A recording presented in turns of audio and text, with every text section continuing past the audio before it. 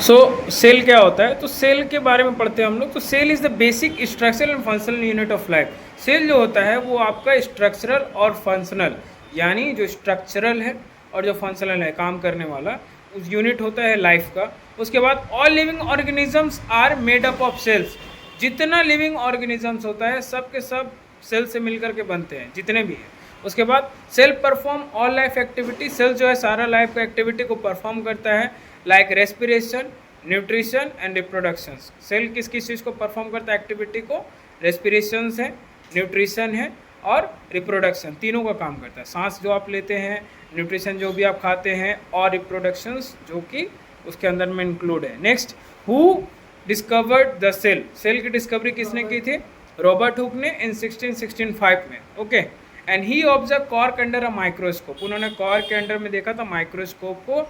He saw a small box like compartment. उन्होंने देखा कि एक स्मॉल बॉक्स लाइक कंपार्टमेंट है जिसका नाम उन्होंने सेल्स रखा। उसके बाद what is the cell theory. Cell theory की बात करते हैं। सेल थ्योरी क्या है class? So cell theory state that all living organism are made up of cell.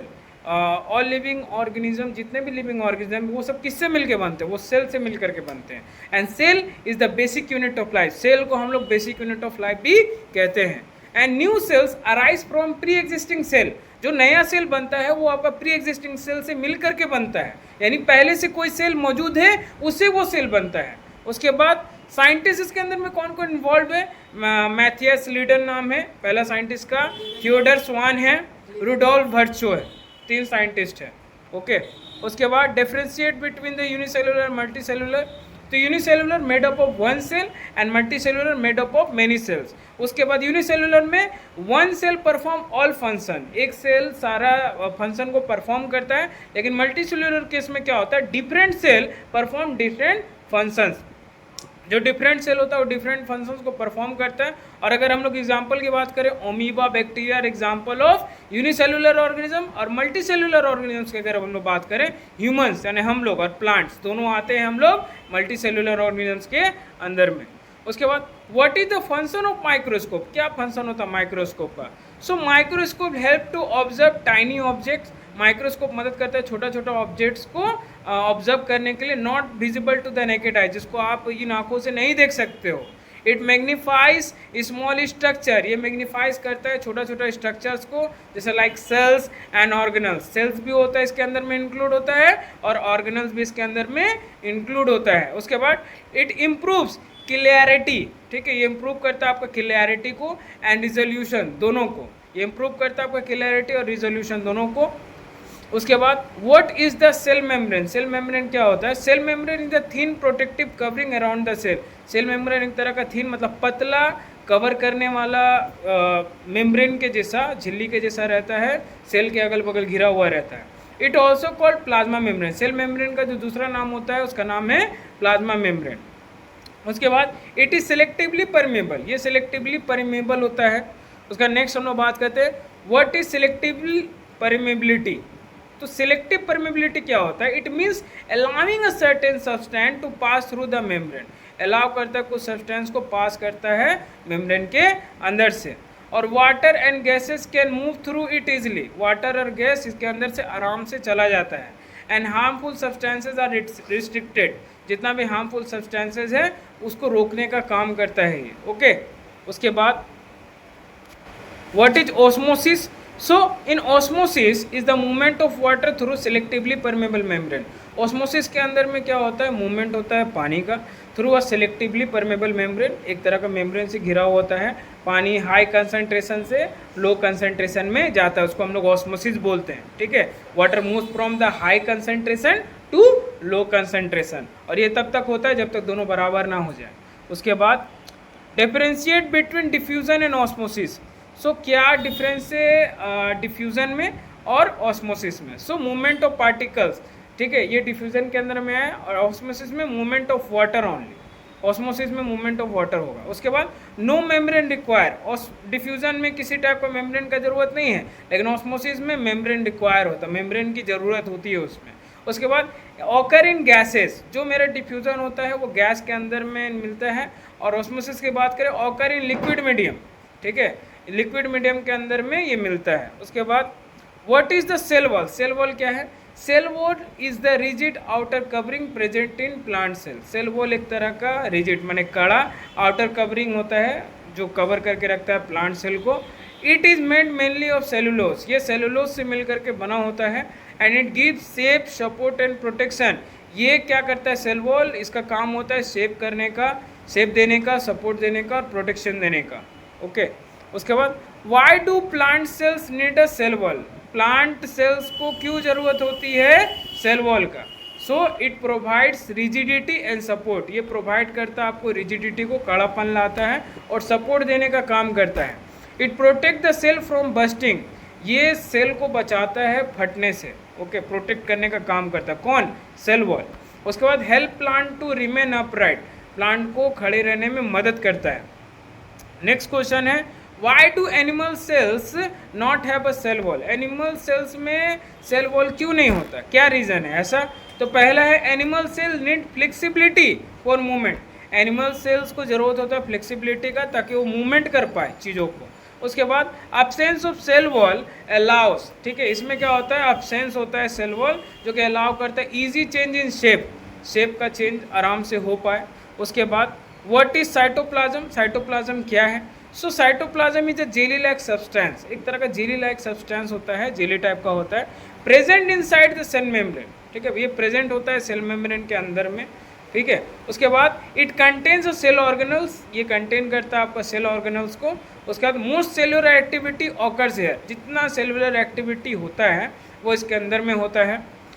And what is nucleus? Nucleus क्या है? So nucleus is the control centre of the cell. Nucleus को हम लोग control centre of the cell भी कहते हैं। It contains chromosome and DNA, इसका काम होता है क्रोमोसोम और डीएनए दोनों को अपने पास में रखना। It controls all activity of the cell, nucleus का काम करता है जितना भी सेल के अंदर एक्टिविटी, जितना भी सेल के अंदर काम होता है उसको कंट्रोल करने का काम करता है nucleus.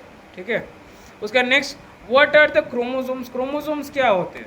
So chromosome are the thread like structure, सूता के जैसा रहता है ये, प्रेजेंट इन द न्यूक्लियस। और ये मिलेगा कहाँ पे? क्रोमोसोम ये न्यूक्लियस के अंदर पे मिलता है।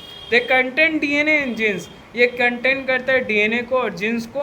And they carry hereditary character, यानी एक जनरेशन से दूसरी जनरेशन यानी दादा का पापा में, पापा का उसका पोता में जो भी जीन्स ट्रांसफर होता है, जो भी कैरेक्टरिस्टिक ट्रांसफर होता है उसके लिए जिम्मेवार होता है chromosome.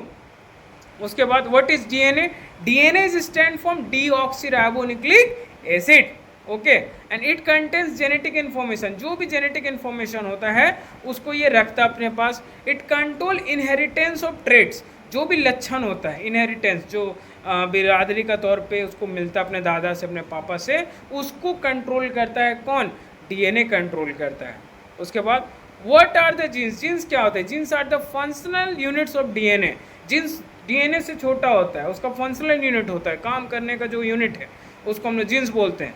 And they control heredity characters, ये कंट्रोल करता है heredity character from parent to offspring, यानी पेरेंट से बच्चों में जो आपका कंट्रोल होता है हेरिडिटी कैरेक्टर ये किया जाता है जीन्स की वजह से होता है। उसके बाद differentiate between the prokaryote and eukaryotic cell क्या होता है? So prokaryotic cell is the primitive nucleus, prokaryotic cell को हम लोग प्रिमिटिव न्यूक्लियस बोलते हैं और यूकैरियोटिक सेल्स को हम लोग ट्रू न्यूक्लियस बोलते हैं। ठीक है उसके बाद इसमें क्या होता है? मेम्ब्रेन बाउंड ऑर्गेनल्स होता है प्रोकैरियोट्स में, एब्सेंट होता है, मेम्ब्रेन बाउंड ऑर्गेनल्स एब्सेंट रहता है, और इसमें जो मेम्ब्रेन बाउंड ऑर्गेनल्स है वो प्रेजेंट होता है। उसके बाद प्रोकैरियोट्स कैसा होता है? ये स्मॉलर इन साइज होता है, यूकैरियोट्स लार्जर इन साइज होता है, बड़ा होता है। ये प्रोकैरियोट छोटा होता है, यूकैरियोट्स बड़ा होता है। उसके बाद एग्जाम्पल की बात करें तो बैक्टीरिया एंड एनिमल सेल आ जाता है आपका प्रोकैरियोट्स में। यूकैरियोट्स में प्रोकैरियोट्स में बैक्टीरिया आता है और यूकैरियोट्स में आपका प्लांट सेल और एनिमल सेल दोनों आता है। उसके बाद what are cell organelles? Cell organelles क्या होते हैं? So cell organelle are the specialised structure present in the cytoplasm.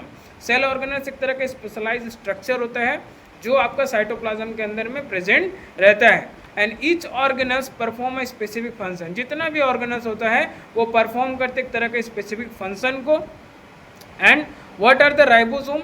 So ribosome are the sites of protein synthesis, ribosome site होता है प्रोटीन सिंथेसिस का। And they are called protein factory of the cell, इसको हम लोग protein factory of the cell भी कहते हैं। किसको? राइबोसोम को। उसके बाद what is the endoplasmic reticulum? So endoplasmic reticulum is a network-like structure in the cytoplasm. Endoplasmic reticulum एक तरह का नेटवर्क बनाता है, नेटवर्क स्ट्रक्चर है इसके अंदर में, किसके अंदर में, साइटोप्लाज्म के अंदर में रहता है endoplasmic reticulum. And it helps in transport of material, जो भी ट्रांसपोर्टेशन ऑफ मटेरियल में मदद करता है वो कौन करता है, वो आपका एंडोप्लाज्मिक रेटिकुलम ही करता है। It synthesise proteins and lipids, ये सिंथेसाइज कर। सो यहाँ पे हम लोग देखेंगे what is the difference in RER rough endoplasmic reticulum and SER smooth endoplasmic reticulum.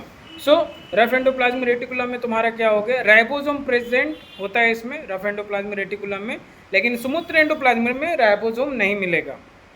Rough appearance होता है, क्योंकि नाम ही है रफ एंडोप्लाज्मिक रेटिकुलम इसलिए रफ दिखेगा ये, रफ अपीयरेंस का मतलब रफ दिखना। और स्मूथ एंडोप्लाज्मिक रेटिकुलम में क्या होगा, स्मूथ अपीयरेंस है, मतलब एकदम स्मूथ रहेगा चीज़ें। उसके बाद RER में प्रोटीन सिंथेसिस होता है रफ एंडोप्लाज्मिक रेटिकुलम में, लेकिन स्मूथ एंडोप्लाज्मिक रेटिकुलम में तुम्हारा लिपिड सिंथेसिस होता है। Okay, next what is Golgi apparatus. अगर गोल्गी अपैरेटस का बात करें तो क्या होता है, so Golgi apparatus modifies and packages और proteins and lipids. Golgi apparatus क्या होता है, मॉडिफाइज करता है और पैकेजेस करता है प्रोटीन और लिपिड को। ये आप याद रखें कि गोल्गी अपैरेटस मॉडिफाई करता है और पैकेजिंग करता है प्रोटीन्स और लिपिड्स को। It act like a packaging centre of the cell, इसको हम लोग packaging centre of the cell के नाम से भी जानते हैं। उसके बाद what are the lysosomes. Lysosome क्या है, lysosomes contain digestive enzyme. Lysosome को आप सुने होंगे ये नाम, इसको हम लोग suicidal bag of the cell भी कहते हैं, ठीक है। उसके बाद they digest waste material and damage organelles, ये डाइजेस्ट कर लेता है वेस्ट मटेरियल को और डैमेज भी करता है ऑर्गेनल्स को। They are called suicidal bag of the cell, yes, damage करने का काम करता है। उसके बाद why are mitochondria called power house of the cell. Mitochondria को क्यों हम लोग power house of the cell कहते हैं, क्योंकि माइटोकॉन्ड्रिया में क्या होता है, produce energy in the form of ATP। Mitochondria क्या करता है, एनर्जी को प्रोड्यूस करने का काम करता है और ATP का फॉर्म में प्रोड्यूस करता है। ATP का फुल फॉर्म एडेनोसिन ट्राइफॉस्फेट होता है। And cellular respiration occurs here, जितना सेलुलर रेस्पिरेशन है सब इसके अंदर होता है। And therefore they are called power house of the cell, इसको power house of the cell कहते हैं, इसी से पावर जनरेट होता है। उसके बाद व्हाट आर प्लास्टिड। प्लास्टिड क्या होता है, plastid are the organelles found in plant cell. Plastid सिर्फ और सिर्फ प्लांट सेल में मिलता है और they help in food synthesis and storage. ये फूड को सिंथेसाइज करने में मदद करता है और फूड को स्टोर भी करने का काम इसी का रहता है। और 3 टाइप का होता है प्लास्टिड, क्लोरोप्लास्ट, क्रोमोप्लास्ट और ल्यूकोप्लास्ट। मैं फिर से बोल दे रहा हूँ, क्लोरोप्लास्ट, क्रोमोप्लास्ट एंड ल्यूकोप्लास्ट। उसके बाद what is the chloroplast. Chloroplast क्या है, chlorophyll contains, chloroplast contains chlorophyll. Chloroplast के अंदर क्लोरोफिल रहता है। इट परफॉर्म्स फोटोसिंथेसिस, इसका काम रहता है फोटोसिंथेसिस को परफॉर्म करना। It helps plants prepare food, ये मदद करता है प्लांट का फूड को प्रिपेयर करने के लिए। क्लोरोप्लास्ट की बात कर रहे हैं। और अगर क्रोमोप्लास्ट की बात करें, chromoplast contain colour pigment. Chromoplast के अंदर में कलर पिगमेंट रहता है। They give colour to the fruits and flower, इसका काम रहता है कलर देने का फ्रूट्स को और फ्लावर को। और तो और what are leucoplast. So leucoplast are the colourless plastid. Leucoplast जो होता है वो एक तरह का कलरलेस प्लास्टिड होता है। दे स्टोर फूड, इसका काम होता है स्टोर करना फूड को, like starch, oil and proteins, तीनों का बात करें। They store food like starch, oil and proteins. उसके बाद व्हाट इज वैक्यूल्स। वैक्यूल्स क्या है, so vacuoles is the storage sac in the cell. Vacuoles एक तरह का स्टोरेज सैक होता है, एक स्टोरेज करने का थैली होता है सेल के अंदर में। इट स्टोर्स वाटर, इसका काम होता है स्टोर करता है वाटर को, फूड को एंड वेस्ट मटेरियल, तीनों चीज़ को स्टोर करने का काम होता है वैक्यूल्स का। कौन कौन सा, water, food and waste material. Large vacuoles are present in plant cell. जो लार्ज वैक्यूल्स है यानी बड़ी थैली जो होती है प्रेजेंट होती है प्लांट सेल के अंदर में। Next what is the cell division. Cell division क्या होता है, so cell division is the process of formation of new cells from pre existing cell. जो पहले से मौजूदा सेल है और उससे एक नया सेल आ रहा है और डिवाइड होकर के आ रहा है, that is known as cell division. So it helps in growth, repair and reproduction. ये तीनों चीज़ें मदद करता है ग्रोथ में, रिपेयर में और रिप्रोडक्शन में। उसके बाद what is mitosis. Cell division का ही टाइप है। So mitosis produce 2 identical daughter cell. अगर 2 आइडेंटिकल डॉटर सेल प्रोड्यूस हो रहा है तो उसको हम लोग माइटोसिस बोलेंगे। 2 आइडेंटिकल डॉटर सेल का मतलब एक जैसा दिखने वाला 2 सेल अगर बन रहा है तो माइटोसिस है। It is important for growth and repair, ये इंपॉर्टेंट था ग्रोथ के लिए और रिपेयर करने के लिए। उसके बाद मियोसिस का बात करें तो meiosis is also type of cell division. ये भी सेल डिवीजन का एक टाइप है, लेकिन इसमें क्या होता है, meiosis produce 4 daughter cells with half the chromosome number, उसमें क्रोमोसोम नंबर हाफ रहेगा, ठीक है, और 4 डॉटर सेल इसके अंदर मिलेगा। It helps in formation of gametes, ये गैमेट का फॉर्मेशन में मदद करता है मियोसिस। उसका differentiate between the mitosis and meiosis, mitosis में दो डॉटर सेल बनेगा, मियोसिस में 4 डॉटर सेल बनेगा, अभी पढ़े थे हम लोग। उसके बाद यहाँ पे क्या होता है, क्रोमोसोम नंबर रिमेन सेम, जो माइटोसिस रहेगा उसमें क्रोमोसोम नंबर सेम रहेगा, क्योंकि 2 आइडेंटिकल डॉटर सेल था। उसमें क्या होता है, मियोसिस में chromosome number becomes half, chromosome number आधा हो जाएगा, ठीक है। ग्रोथ एंड रिपेयर होता है माइटोसिस में, और मियोसिस में गैमेट फॉर्मेशन होता है, गैमेट का बनना। Why are cells called building block of the life, cell को क्यों building block of the life कहते हैं, लाइफ बनाने के एक तरह का वॉल क्यों बोलते हैं इसको। All organism made up of cell, हम लोग सारे ऑर्गेनिज्म किससे मिलकर बनते हैं, सेल से मिलकर बनते हैं। और ह्यूमंस में सेल की जो संख्या होती है वो 100 ट्रिलियन होती है, ठीक है। मैं फिर से रिपीट करता हूँ, the number of cells in a human body is 100 trillion and cells form tissue, cell tissue बनाता है, टिश्यू मिलके ऑर्गन बनाएगा, ऑर्गन मिलके ऑर्गन सिस्टम, और ऑर्गन सिस्टम मिलकर के बॉडी बनाने का काम करता है। And therefore cells are called building blocks of life, इसीलिए सेल्स को हम लोग building block of the life भी कहते हैं। Thank you.